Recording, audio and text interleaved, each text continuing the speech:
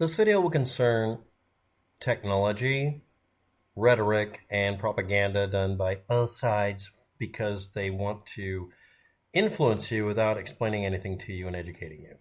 And it will concern firearms in this case, but honestly, it could be any subject.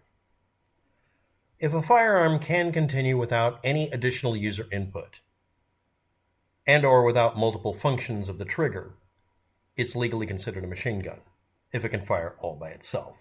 There are various other ways of saying that, but the statutory difference under federal law is not if it shoots faster or the way it's done. It doesn't matter if it works faster than you could rack the action or reload or anything. It's how it does it and whether or not the pulling of the trigger fires it and it keeps firing more than one shot in sequence and letting go stops it. In 2003, a company put out a product called the Akins Accelerator. It was a stock, four-stock, and also there was a variation of this that was not the same thing. That was a bump stock or just a shoulder stock or butt stock, within which the action of the semi-automatic rifle could move around a little more freely. The recoil of the fired round caused the action of the rifle, or most of the body of the gun, to move rearwards. This compressed or extended a spring within the stock. It could be ahead of the action or behind it, didn't matter. Then the spring would force the action again to move forward, and in the process, push the trigger against your finger so that the gun pulled its own trigger. This caused the trigger to contact the finger firing another round. Now, this is different than a bump stock. A bump stock relied on your arm acting like that spring, pulling on the front part of the gun forward. The gun didn't move independently within basically the parts that you were holding on to and aiming. This meant that you could fire, in this case, effectively a fully automatic weapon and hit a target more likely. Not as good as a real machine gun where everything is handled internally to keep the rock and roll factor to a minimum. Now, the Akins Accelerator was submitted to the Bureau of Alcohol, Tobacco, and Firearms in 2004, and they requested a letter, in your opinion, is this device a machine gun or not? And they said it wasn't, but they said the theory of operation was clear. Therefore, it's not a machine gun. Even though the stock rifle assembly malfunctioned and the repeating aspects of the device could not be tested. Now, in spite of this, they basically said, oh, goody, goody, they didn't really test it. Okay, we got a letter, that's good enough. By 2006, the Akins Accelerator was in production. An individual, random person, submitted a production version of it, meaning it wasn't really the test version. This is basically a different device, maybe, depending on how you look at it. The ATF got a hold of it and notified the manufacturer immediately. The device is, in fact, a machine gun because of the way it works. This does employ, in one or several dozen different designs of machine gun, almost identical principles in sequence. But you're starting off with a gun that's semi-auto. But by putting them together, it now has a device that we'll call the spring, that collects the energy from the shot being fired, creates a delay time so that the gun has time to get the cartridge ejected and load a new cartridge. And then by the time it's expended the energy in returning the energy, it can go through and fire another round, like pulling a trigger of a human, in this case literally, by pressing the gun against your finger. The Akins Accelerator met the definition of machine gun, but the Akins company said they did not provide a persuasive explanation at the time for this change in position. They were told two things. One, it's not like we broke your gun. Two, the gun you're selling now is actually really different. Three, we really didn't test it correctly. Okay, it's the ATF's fault. That last part is a good reason to sue them, but not a good reason to demand that the gun not be declared a machine gun. It's not a mother may I thing. It's a machine gun. Okay.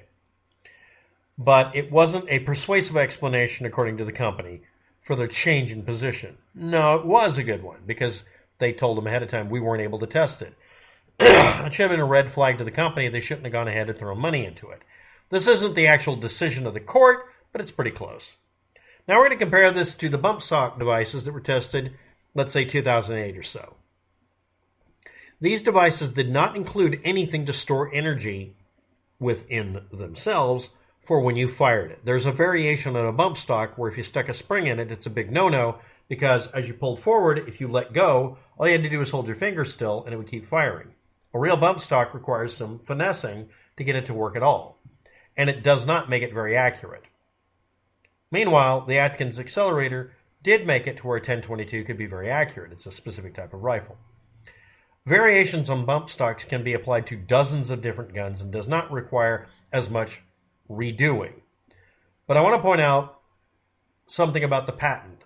The method for doing this is common to anyone practiced in the art or trained in it. You can take any firearm, use some nails and a board, 2 boards even better, to act as a framework around a gun, and some rubber bands or bungee cords, and make the damn thing fire full auto. Almost identically to this. No, really. I can even make one that's accurate enough to hit at least, a plate target at 100 yards accurately, which is plenty good enough. Now I want to point out a couple of things here. If you turn a hand crank and it flicks the trigger every time you work your hand, it's still an action taken by you to fire the gun. It is not firing itself. You can't just let it sit there after you get it going and it'll keep going. In the case of the Akins Accelerator, one of the modes it could be put into, not always, was you'd put a stick in front of the trigger. And then as soon as you locked it back and let go, it would just keep firing. Because the mechanism of the gun would keep moving back and forth inside of the mechanism. Inside of the forestock and buttstock replacement. With a bump stock, it can't do that unless you add in some sort of spring thing. Now, this is what happened to all the people who bought this. They were told to take the spring out so that it wouldn't be able to do full auto and send it to the ATF with a note. Now, this is an extremely insidious, minimal thing demanded. We want you to send us the part that makes it able to do full auto. And when you do that, it's got to be by certified mail, and we have a record of everybody who bought one. Or you just don't tell anybody you bought one because maybe there's no records. Meanwhile, I just explained to you that a bump stock could be converted this way. Could be, kind of. But then again, a bungee cord and some nails. The reason for this becoming a big deal for the Akins Accelerator people was they kept fighting it in court. No, you made a thing that made a gun that wasn't a machine gun into a machine gun. Now, I want to point out that if I take out a cue card, or it's also called a note card, and fold it a certain way, and put it like a hunk of random paper falling into the mechanism of an AR-15, specific variations of it, by the way, only, it'll be full auto. Now, it'll be fine. I want to point out that a good fully automatic weapon makes it to where you can aim it and doesn't fire anywhere near as fast as these things do. The Akins Accelerator also made it reliable enough you could actually aim. But it was a machine gun. Or at least a part that enables a machine gun. A drop-in auto-sear in an AR-15 that does the disconnect thing to where every time, if you hold down the trigger, it fires, and if you let go, it stops firing, and it's firing more than one bullet in sequence. Yeah, that's a machine gun. But that's because of a single action of the person. Now, is this quibbling? The answer to that is no, it's not. And this is where we get the rhetoric. I'm just going to rant about this just a short time. You have one side of the equation that says everything's an infringement, and they complain about not having literal rocket launchers. I mean, just to be trolls about it. At least I hope they're just trolling. By the way, it's easier to get a rocket launcher than it is a machine gun, depending on what you're trying to do. And I want to point out that you can still buy a machine gun. They're not outlawed. You just have to be willing to spend $200 to get a tax stamp from the federal government to say you've gone through all the paperwork and you can own one. The machine gun itself is very expensive, except if you're building something for testing ammunition only, in which case it's bolted to a framework on a bench and you can't remove it. And the ATF says you have to destroy it rather than sell it because obviously you're not really supposed to sell it. They want to limit the number of machine guns, period. That's the whole point. But do you really believe it's an infringement that you can't buy a machine gun? Now again, you can just temporarily make one. I can just make a hand crank machine gun bolt it to a table, make it really, really accurate. I can even put it on a little turret. You can do something that's honestly much more effective than a machine gun. What they're regulating is the machine gun. And do you believe that's a good idea or bad? Do you, quote, need a machine gun? That's not the point. The point is it all rhetoric? When I deal with, quote, well, let's just attack the liberals, saying semi-automatic assault weapon. You mean a normal rifle that doesn't do anything different than the ones you're not calling assault rifles? In the state of Oregon, and I don't know if this rule is only semi-automatic firearms. Now, it may be just all guns, but you have to have a permit to buy a gun. You have to have a permit to be able to buy a gun. The permit doesn't apply to me making a gun out of water pipe, because they did not explicitly say that it is a regulation on buying gun parts. It's a regulation on buying a firearm. Or is it just semi-automatic? Well, it was supposed to be semi-automatic, and they decided it's all firearms. Even a break action. What about muzzleloaders? Well, they're not firearms, but are they going to redefine them as firearms? The bump stock is regulated as a machine gun. A bump stock, not the Akins Accelerator. A bump stock is by definition not a machine gun. Are they just lying about it and just thumbing their noses at definitions? Well, yeah, they're regulating it in the same genre. For the same reason that a silencer, otherwise known as a muffler or noise reducer or whatever, for a gun is regulated the same way, but it's not a machine gun. But it's not regulated as a machine gun. It's regulated in the same way. The bump stock should have been regulated in the same way, but that would mean that you could spend $200 and just make one and have one. Or spend no money and just make one by just, it's a rubber band and a nail. Or just using a stick, or using your hands. There's a way of firing one. It's called bump firing. But what about the Akins Accelerator? No, it really is a machine gun. It doesn't fit all of the definition, but it fits the behavior. You pull the trigger, it fires more than one shot sequentially. You release your finger, it stops. If you put a stick in there and glue it in place and then pull the bolt back and release, it'll keep firing until it runs out of ammunition. That's what you can also do with a machine gun. But a bump stock can't do it. Bump stocks are not machine guns. They're regulated as if they were machine guns. That's a very subtle thing, but not really too really subtle. Okay? In the United States, most places, there's no regulation on me making, keeping, and bearing arms, period. Still. And the state of Oregon hasn't passed a law that changes that.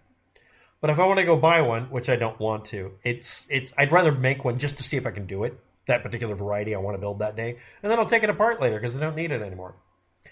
But if I wanted to go buy a firearm, now I have to go through spend some money to be able to? Is that acceptable? What else is regulated for you to be able to have to get permission, a permit, to buy something? Think about it. There are things. Oh yeah, the $200 tax stamp to be able to buy a firearm that's a machine gun or buy a 12-gauge shotgun pistol. I can make one. It's not regulated the same, but it's regulated as if it's a highly regulated item where you have to pay for the privilege to spend, in the case of a machine gun, $10,000, or for other firearms, $5 because it's a cane gun. Post your opinions below. Now I'm going to do the last thing. The Akins Accelerator thing, due to a stupidity on the part of the ATF, they were liable and should have paid for all the losses. Or not.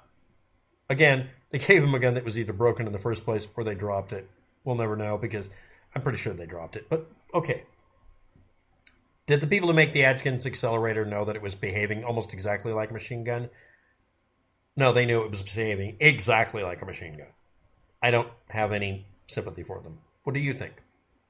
Anyway, that's it for the video. This is my third or fourth take on it. And I made this video file a week or two ago, but couldn't get through it because difficulty in speaking. It's because YouTube censored me. That has nothing to do with my ability to do a video. Thanks for watching. Have a good day. Good luck with that. Post your opinions below.